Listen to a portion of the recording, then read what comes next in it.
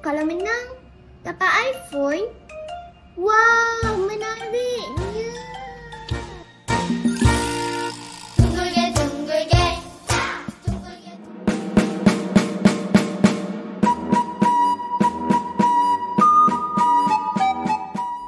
Selamat datang ke permainan Sotong Digital. Kini anda berada di peringkat pertama, Dakji. Jika anda berjaya, anda akan pergi ke peringkat seterusnya.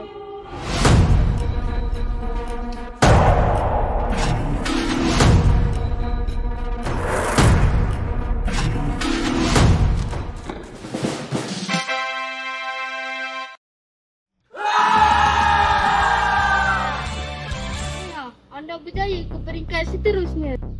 Anda diberi 1 minit untuk menjawab kuis sejarah menggunakan Wordwall. Semoga berjaya.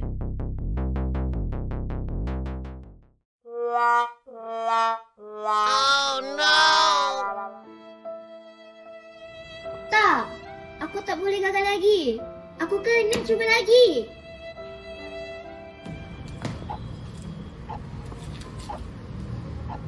A few minutes later.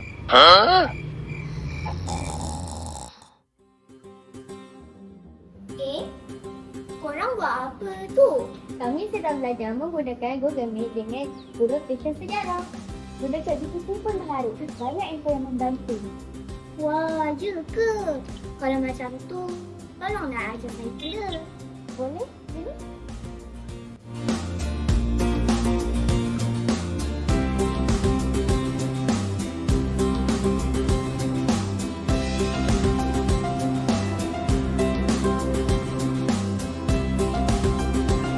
British tidak mengiktiraf kedudukan Tengku Besar Kedah. Wah, senangnya gunakan YouTube. Best.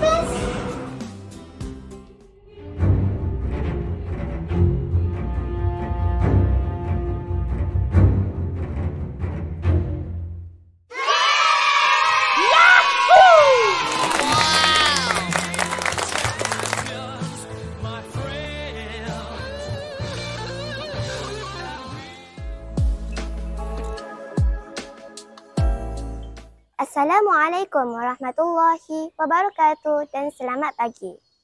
Pada hari ini, saya bersama dengan Cikgu Muhammad Jahri bin Muhammad Saha, Guru Besar SK Seksyen 6 Kota Damansara. Saya ingin bertanyakan beberapa soalan mengenai bahan digital.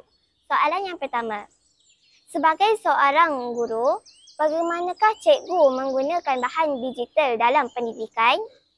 Okey, seperti yang kita sedia maklum, hari ini kita mempelajari pelajaran di sekolah dalam pelbagai kaedah. Ya, ini lebih diketahui adalah merupakan zaman IT atau zaman digital. Jadi murid-murid semua telah banyak didedahkan dengan penggunaan bahan-bahan digital ini melalui penggunaan video-video interaktif, ya, channel YouTube, kuis dalam bentuk digital sebenarnya dapat membantu meningkatkan kefahaman murid dalam pembelajaran dengan lebih mudah. Ya, betul tu.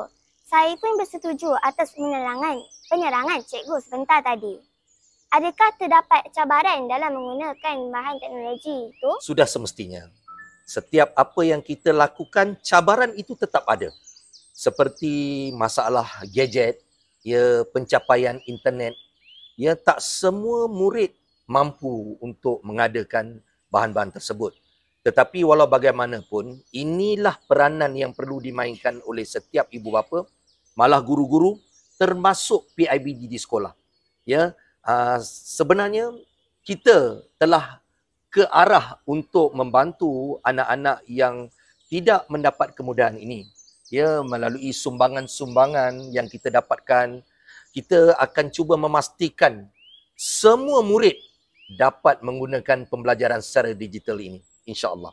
Terima kasih cikgu atas penerangan sebentar tadi. Jelaslah bahawa bahan digital bukan sahaja memudahkan pembelajaran tetapi juga dapat memanfaatkan masa depan yang lebih cemerlang. Bahan digital memperkasa pendidikan negara.